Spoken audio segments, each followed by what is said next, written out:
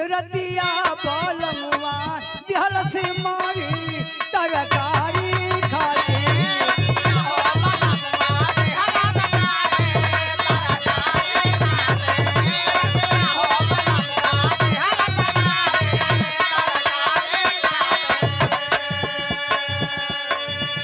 गीत अपनी क्षण भंगुर बा लेकिन ही भाव सुनी रावण मंगल राम से मांगनवा जाए के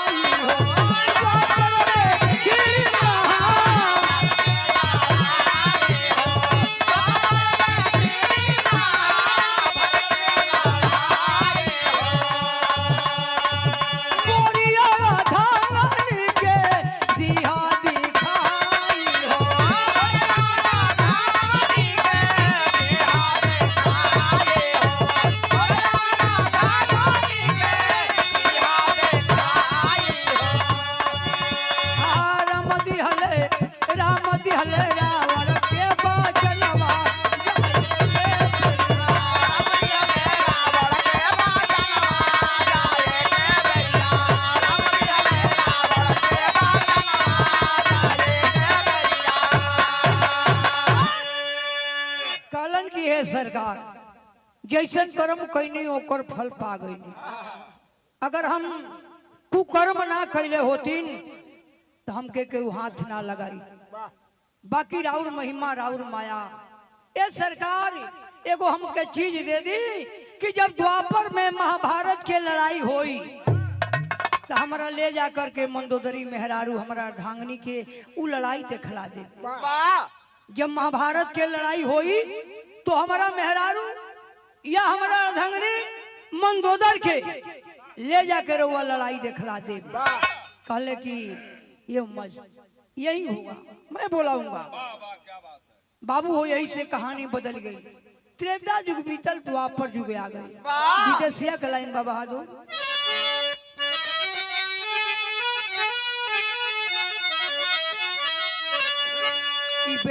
बीतल त्रेता युग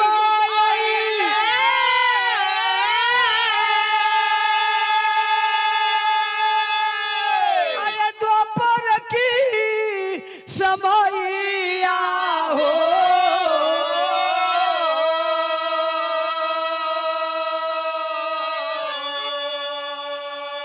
अरे भीम से कहेले मुरा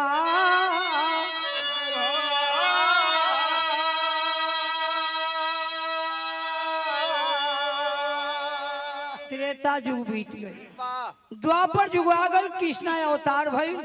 धीरे धीरे समय गुजरल तो भाई भाई में लड़ाई भई। पाप पुण्य के लड़ाई भई। धर्म धर्म के लड़ाई भई। कौरव सोचत हमन कि हम 100 परिवार हमनी के बलशाली हमनी के शक्तिशाली पांडवन के कुछ देव जना।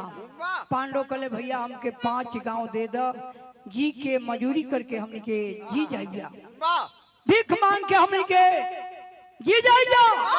कौरव दल कले की सुई के नोक भर ना दे। कौरव दल के घमंड रहल अपने पूरे परिवार पर।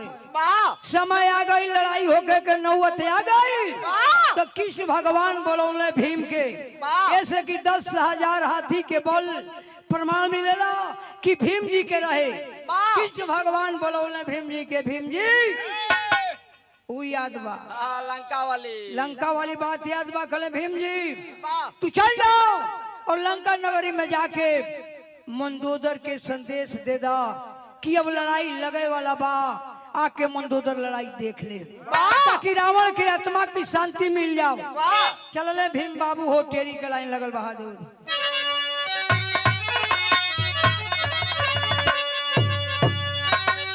अरे मंदोदर के हो मंदोदर के संदेशा कहले हो अरे मंदोदर के संदेशा कहले चला पीर बघेला लंका के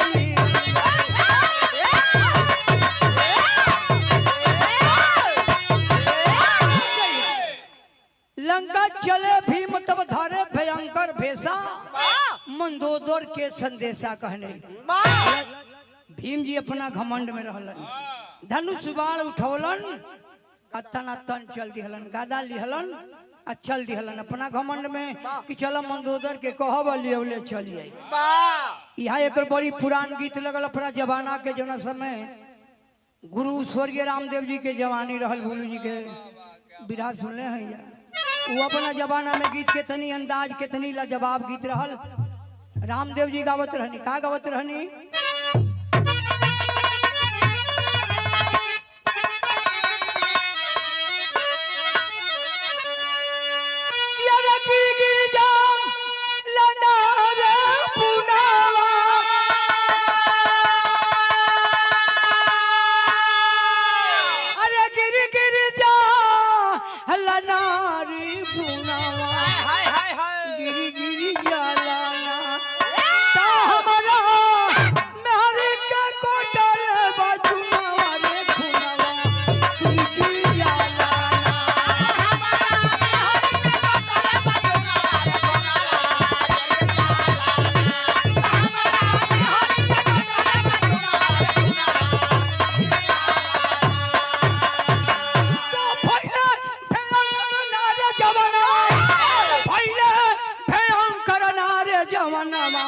भैले भयंकर ना तो भीमजी गदा उठाए दे छनावा जवानवा भैले भयंकर